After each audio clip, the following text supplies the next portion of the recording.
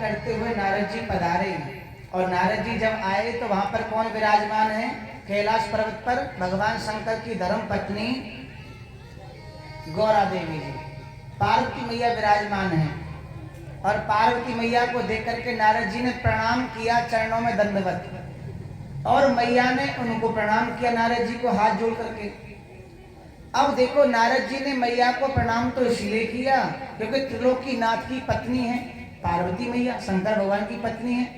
संसार तो विश्व, भगवान शंकर तो विश्व के मालिक हैं, इसलिए प्रणाम किया। और उन्होंने उनको प्रणाम क्यों किया? पार्वती मैया ने भगवान शंकर को इसलिए प्रणाम किया क्योंकि पार्वती मैया एक तो वो संत है नारद जी, द्वितीय वो उनके गुरुजी भी हैं। अब गुरुजी क्यों, जरा ये समझिए। जब पार्वती मैया जब छोटी थी ना राजा हिमालय के यहाँ पर, तो पार्वती मैया ने क्या किया, जब तपस्या करने के लिए गई तो उनको मंत्र तो पता नहीं था कौन से मंत्र से भगवान शंकर प्रसन्न होते हैं। अच्छा, सब देवताओं के मंत्र अलग अलग होते हैं, माता रानी का मंत्र अलग है, भगवान शंकर का अलग है और नारायण भगवान का अलग है।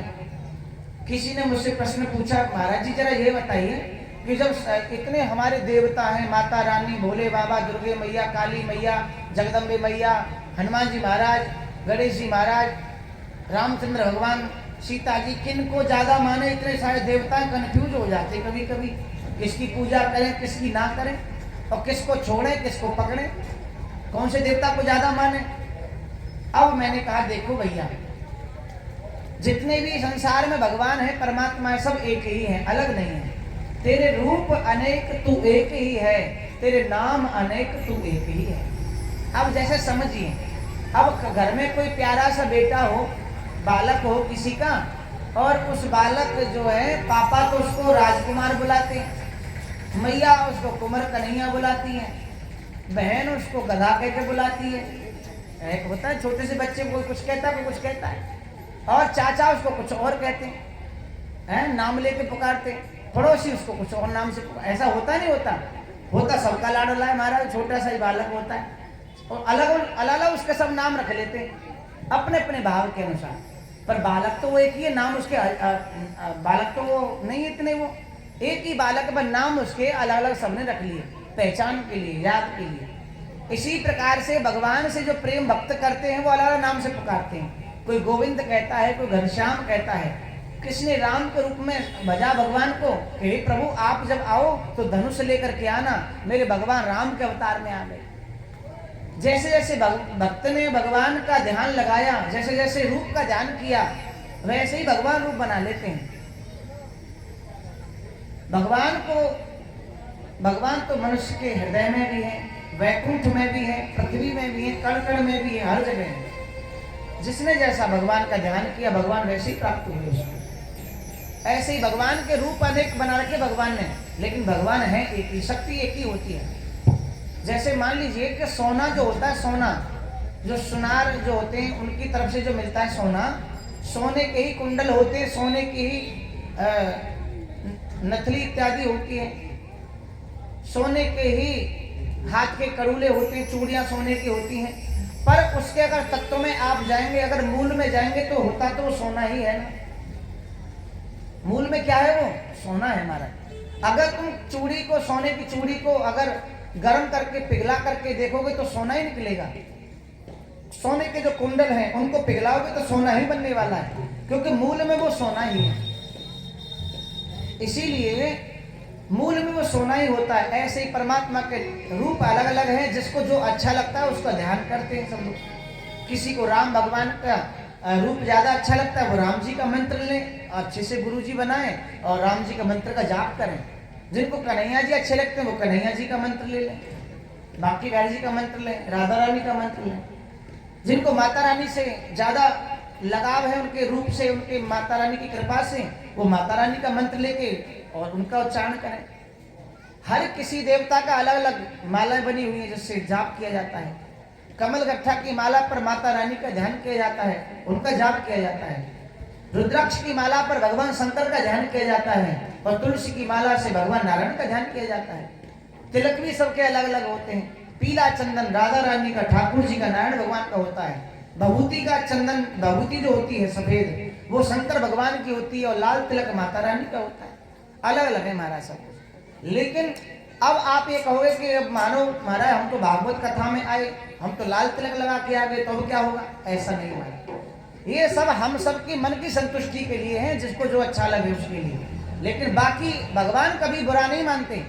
भगवान शंकर के मंदिर में तुम गए, पीला चंदन लगा के चले गए, तो भगवान शंकर नाराज नहीं होंगे, खुश होंगे कि कम से कम लगा के तो आया है। जो ऐसे ही घूम रहा है वो लगाता नहीं, उसे तो ठीक ही है कम से कम। प्रेम से बोलो राधे राधे।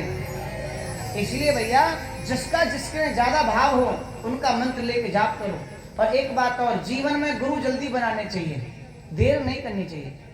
विचार करके आराम से सोच विचार करके साल में 2 साल में पर जल्दी बनानी चाहिए। क्योंकि हम लोग की ऐसी एक सोच है कि हम अच्छी बात को तो टाल देते हैं, बाद में कर लेंगे, बाद में देखा जाएगा। लेकिन कोई मन में गलत विचार आए, झगड़ा करने का मन में आए, तो महाराज तुरंत ही शाम को कर लें झगड़ा।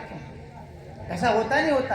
अच्छा, किसी पड़ोस ने कान में कोई बात कह दे कि फलानी वो ऐसा से कह रही थी, वो ना कहेगी कि मैं चलो छोड़ो कोई बात नहीं, कहेगी अभी चल मैं देखूं कैसे कही माने। ऐसा होता नहीं होता? तो लड़ने को तो तैयार मारा। तो इसीलिए भैया जो है अच्छे काम को तुरंत करो, जिससे कल्याण हो, जिससे प्रगति की ओर मनुष्य जाए, उस काम को तुरंत करना चाहिए। प्रेम से बोलो राधे राधे। नारद जी ने जब प्रणाम किया तो मैया बोली, गुरुजी आप पधारे, बड़ी कृपा करी, पर आप बहुत दिन बाद आए, हमसे कोई भूल हो गई, हमसे कोई गलती हो गई? नारद जी बोले, माता बात यह है मैं इसीलिए नहीं जाता ज्यादा जल्दी से, क्योंकि संसार के लोग स्वार्थी हैं। कैसे लोग हैं? स्वार्थी। कोई किसी के घर पर जाता है तो स्वार्थ से जाता है, ज्यादातर स्वार्थ से जाते, कुछ प्रेम से भी जाते हमारे, स्वार्थ ज्यादा रहता लोगों का। सुर नर मुनि जन की यह रीति, कि सुर नर मुनि जन की यह रीति, और स्वार्थ लाभ करें सब प्रीति। सुर माने होते देवता, सुर नर मुनि जन की यह रीति, और स्वार्थ लाभ करें सब प्रीति। संसार के लोग स्वार्थ से प्रेम करते हैं। रिश्तेदार के घर जब आता है ना कन्यादान देने के लिए किसी घर पे, तो सोच के आता है कि 5100 दे के आऊंगा तो मेरी बेटी की शादी में ये भी दे के जाएंगे 11,000। स्वार्थ होता नहीं होता हमारा? कभी 5100 जो गरीब है, जो जिसके सामर्थ्य नहीं है, उसको कभी दे के नहीं आएगा उसकी बेटी की शादी में, कहेगा वो क्या वापस करने थोड़ी आ रहा है, उसको क्यों देना? तो स्वार्थ से प्रेम होता है संसार में। और पड़ोसी को पड़ोसी से काम पड़ेगा तभी उसके घर पे जाएगा, विचार कर लेता है इसके घर में सब अच्छी नौकरी पे लगे हुए हैं, हम भी आना जाना रखेंगे तो हमारे बच्चों को भी लगवा देंगे। स्वार्थ होता नहीं होता? कदाचित कभी कभी पति पत्नी में भी स्वार्थ हो जाता है, स्वार्थ होता है हमारा। कभी कभी जब शादी नहीं होती है, शादी से पहले वो लड़का लड़की एक दूसरे को जानते भी नहीं है, और शादी के बाद महाराज एक दूसरे को जानने लग जाते हैं, और एक दूसरे के मरने जीने की कस्में खाते हैं, और 2-4 साल बाद फिर एक दूसरे को मारने की कस्में खाते हैं कि मैं तुझे आज जान से मार दूंगा। वो कहेगी मैं तुझे छोड़ूंगी नहीं, आज बेलन से तेरी कुटाई करने वाली हूं। ऐसा होता नहीं होता? स्वार्थ होता नहीं होता? बताओ, स्वार्थ पूर्ण हुआ बस झगड़े हैं वहां पर। जहां पर स्वार्थ बना रहेगा वहां पे झगड़े होंगे ही होंगे। बस स्वार्थ का रिश्ता ज्यादा दिन चलता नहीं है, और जो प्रेम का रिश्ता है वो आजीवन चलता है, जीवन पर्यंत चलता है, और मरने के बाद भी महाराज उसको अमर कर दिया जाता है, और उस व्यक्ति का नाम अमर हो जाता है संसार में। इसलिए स्वार्थ का रिश्ता नहीं होना चाहिए। प्रेम किससे किया जाता है? संसार में सबसे प्रेम रखो, लेकिन मोह किसी से मत रखो। क्योंकि तुलसीदास जी महाराज कहते हैं कि मोह सकल व्याधिन कर मूला, मोह सकल व्याधिन कर मूला। मोह जो होता है ना मैया, मोह संसार में बांधता है और प्रेम आजाद करता है। मोह के चक्कर में पड़ करके तो महाराज तुमको कथा सुनाएंगे, जड़ भरत जी हिरण बन गए। और मोह कभी किसी से नहीं करना चाहिए, प्रेम करना चाहिए। कभी कभी अपने परिवार में हम इतना मोह करने लग जाते हैं कि जब इंसान जब बिछड़ता है, जब अंत समय आता है, तो भैया इतना प्रेम करने लग जाता है कि दूर होने पर भी परिवार ही याद आता है। भगवान याद नहीं आते। कभी मनुष्य नहीं सोचता भाई भगवान का भजन करो, भगवान का नाम लो। अंत समय आ गया, बुढ़ापा आ गया, बुढ़ापे में भी अंत समय पर भी उसे परिवार, बेटी बेटा, संतान, पति पत्नी, बच्चे, पर रिश्तेदार सब याद आते हैं। और मैं आपको सत्य बता रहा हूँ, किसी को अगर ये पता चल जाए कि 4 दिन बाद मृत्यु होने वाली है तो अभी से फोन करना शुरू करेगा, मामा तुम आ जाओ, चाचा तुम आ जाओ, फूफा तुम आ जाओ, सबको बुला लेगा। ऐसा होता नहीं होता, सबको बुला लेगा कि सबको देख तो लूं कम से कम। अरे भैया 4 दिन की जिंदगानी, अब तो भगवान को याद कर कम से कम। संसार का क्या होना, संसार का जो हो गया वो कहीं का नहीं रहा। प्रेम से बोलो राधे राधे। इस प्रकार से उन्होंने कहा मैया भगवान शंकर कहाँ गए हैं, नजर नहीं आ रहे। मैया बोली गुरुजी वो बात छोड़ो, पर तुम ये बताओ तुम हमारे घर क्यों नहीं आते। माता बताया नहीं, संसार स्वार्थ का है, मैं तुम्हारे घर पर इसलिए नहीं आता क्योंकि संसार में सब स्वार्थी हैं, तो कदाचित तुम और भोले बाबा भी स्वार्थी होंगे। मैया बोली ऐसा तो नहीं है, मेरे शंकर भगवान तो मुझसे इतना प्रेम करते हैं कि जब वो ध्यान लगाने बैठते हैं ना, जिस भी रूप का दर्शन करते हैं वो रूप भी मुझे आकर के बता देते हैं कि हे पार्वती आज मैंने भगवान राम का दर्शन किया, आज मैंने कृष्ण भगवान का दर्शन किया, आज मैंने उनकी बाल लीला का दर्शन किया। मेरे भगवान शंकर तो इतना प्रेम करते हैं। और गुरुदेव आप कहते हो कि संसार के लोग स्वार्थी हैं, ऐसा तो नहीं है।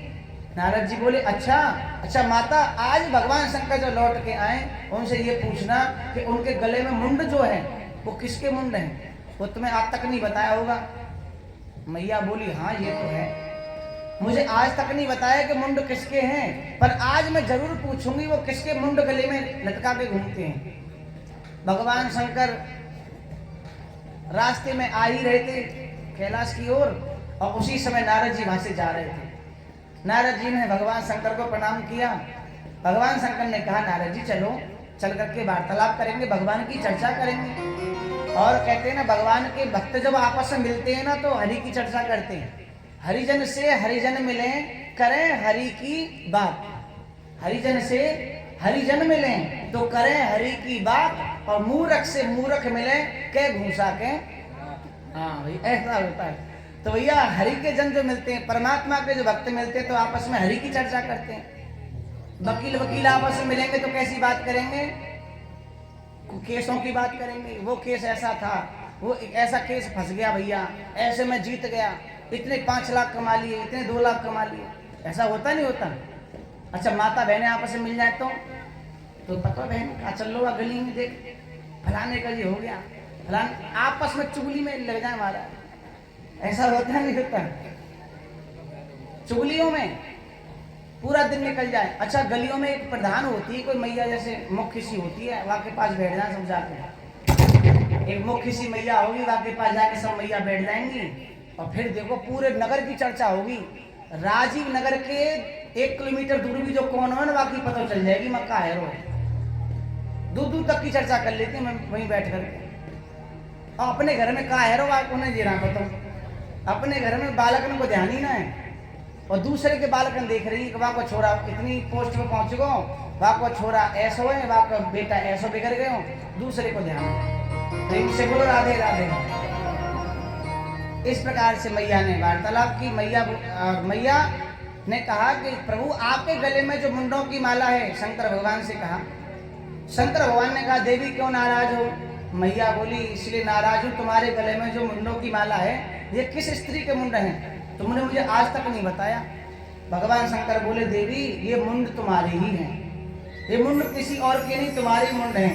मैया बोली हे प्रभु जरा ये तो बताओ कि आज तक तुमने इतना जीवन पा लिया, आप अमर हैं, ऐसे मैं भी अमर होना चाहती हूँ। मैं बार बार जो मरना, मृत्यु को प्राप्त करना, दाह संस्कार होना, इस चक्कर से छूटना चाहती हूँ। भगवान शंकर कहने लगे देवी मैंने ना भागवत कथा सुन रखी है, मैंने अमर कथा सुन रखी है, इसलिए मैं अमर हो गया हूँ। मैया ने कहा मैं भी कथा सुनना चाहती हूँ। भगवान शंकर ने अपने कैलाश पर्वत पर जितने भी गण थे सबसे कहा कि इतने पशु पक्षी सबको उड़ा दो, सबको हटा दो कैलाश से, क्योंकि मैं जब अमर कथा सुनाऊंगा तो पशु पक्षी भी अमर हो जाएंगे, उनका शरीर वो छूटेगा नहीं, फिर उसी शरीर में रह जाएंगे वो। आज गणों ने जाकर के जितने भी जीव जंतु थे सबको हटा दिया, और भगवान शंकर ने आज कथा सुनाना प्रारंभ किया और भगवान उसी शिला पर जाकर के बैठे जिस शिला के पीछे वो तोते का अंडा पड़ा हुआ है, अंडा पड़ा हुआ है तोते का। और पहले दिन की जब कथा हुई भागवत कथा, तो कहते वो अंडा फूट गया। दूसरे दिन की कथा में वो जो तोते का बच्चा जो निकला वो कथा ध्यान से सुनने लगा। और तीसरे दिन की कथा में महाराज वो कथा सुनते सुनते उसकी समझ में एक बात आई कि ये जो कथा सुना रहे हैं ये तो नए नए प्रसंग सुना रहे हैं, कभी दूसरा प्रसंग कभी तीसरा प्रसंग, लेकिन ये जो मैया जो सामने बैठी है, ये जो कथा सुनाने वाले भगवान शंकर हैं, ये तो नेत्र बंद करके कथा सुना रहे, इन्हें तो पता ही नहीं कौन कथा सुनता है कौन नहीं सुन रहा है। लेकिन ये जो मैया सामने बैठी है ये तो एक ही बात बार बार बोलती है, ओम स्वामी हम स्वामी। अब तोते का बच्चे का ये स्वभाव होता है कि अगर उसके सामने कोई बात बार बार बोली जाए ना तो उसको वो याद कर लेता है। तोते का स्वभाव होता है, वो याद कर लेता है और अपने मुख से उसी उच्चारण करने भी लग जाता है। जैसे मिट्टू मिट्टू बोलो तो अपना नाम बोलता है ना तोता, ऐसे ही बस।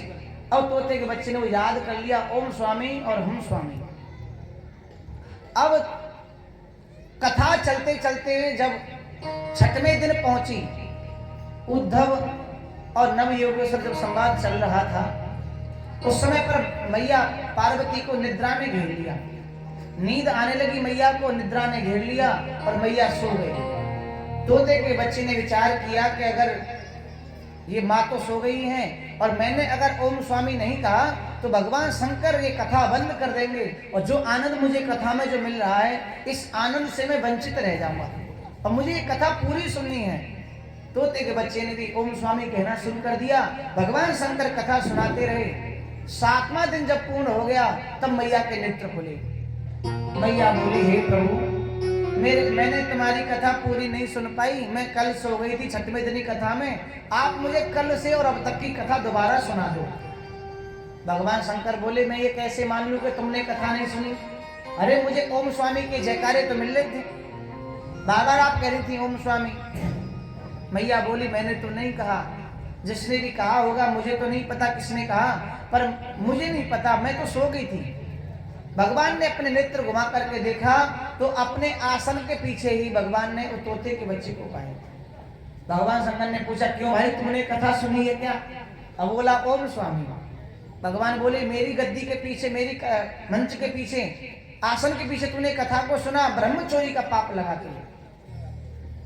आसन के पीछे बैठकर कथा कभी नहीं सुननी चाहिए, मुख के सामने बैठी कथा सुननी चाहिए। अब तो भगवान ने क्या किया कि अगर कहीं ये जीव अमर हो गया होगा तोता, तो ये तो इसी शरीर में रह जाएगा, इसका शरीर पूर्ण कर देता हूं, दूसरा शरीर हो सकता मनुष्य का मिल जाए इसे। भगवान शंकर ने उसे मारने के लिए जब पीछे पीछे भागे, तोते का बच्चा उड़ता हुआ साम्यप्रास में पहुंचा, जहां पर बद्री धाम में श्री वेदव्यास जी महाराज रहते हैं, जिनका नाम है कृष्ण द्वैपायन जी महाराज। उनके आश्रम में वो तोता का बच्चा पहुंचता है। वेदव्यास जी की कोई संतान नहीं है, न पुत्र पुत्री कोई संतान नहीं है। संतान न होने के कारण उनकी पत्नी चिंतित रहती थी और अपने पति से कहती थी, स्वामी क्या हमारे घर में कोई संतान नहीं होगी कभी? उन्होंने कहा, प्रभु कृपा हुई तो अवश्य हमारे घर में संतान होगी। और आज के दिन उनकी पत्नी बिटका देवी जी तुलसी को अर्घ देने के लिए आई, जल का, तुलसी माता को अर्घ देने के लिए जब आई, जब अर्घ दे रही थी उसी समय उनको जमाई आ गई, मुख खुल गया उनका।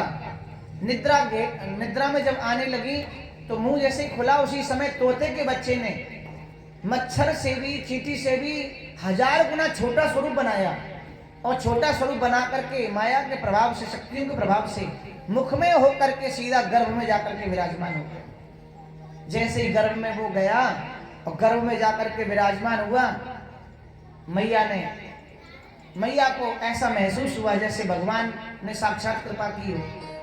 भगवान शंकर वहां पर आए। भगवान शंकर की वार्तालाप वेदव्यास जी से हुई और वेदव्यास जी ने समझा करके उनको विदा किया, हे भोलेनाथ, जिसने तुम्हारे मुख से कथा सुन ली हो, जो अमर हो गया हो और आप उसे मानना चाहते हैं, अब आप मत मारिए, उसको आजाद कर दीजिए।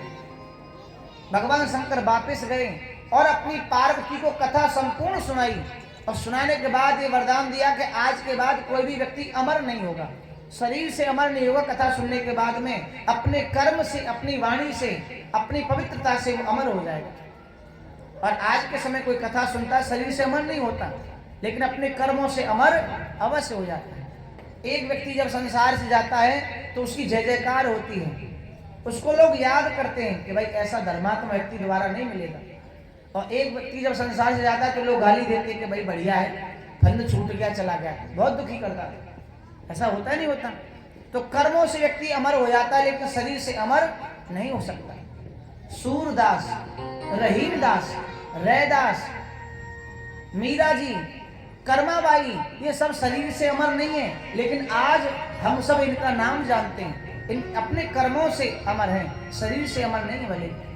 मीरा जी का नाम सब लोग जानते हैं। मीरा जी आज से 800 वर्ष पहले आई थी, सब लोग उनका नाम जानते हैं, लेकिन शरीर से तो नहीं। हम सब के बीच में कर्मों से व्यक्ति श्रेष्ठ बनता है, और कर्म जब व्यक्ति के श्रेष्ठ होते हैं तो उसके जाने के बाद लोग रोते हैं उसके लिए कि कबीरा जब हम पैदा हुए, कि कबीरा जब हम पैदा हुए, और जग हंसे हम रोए, और ऐसी करनी कर चलो हम हंसे जग रोए। ऐसी करनी कर चलो हम हंसे जग रोए। जब बालक जब पैदा होता है तो संसार के लोग हंसते हैं, बालक रोता है। और जब व्यक्ति श्रेष्ठ कर्म करता है तो संसार उसके लिए रोता है, और व्यक्ति वो हंसता हुआ भगवान के धाम जाता है। बोलो वृंदावन बिहारी राम।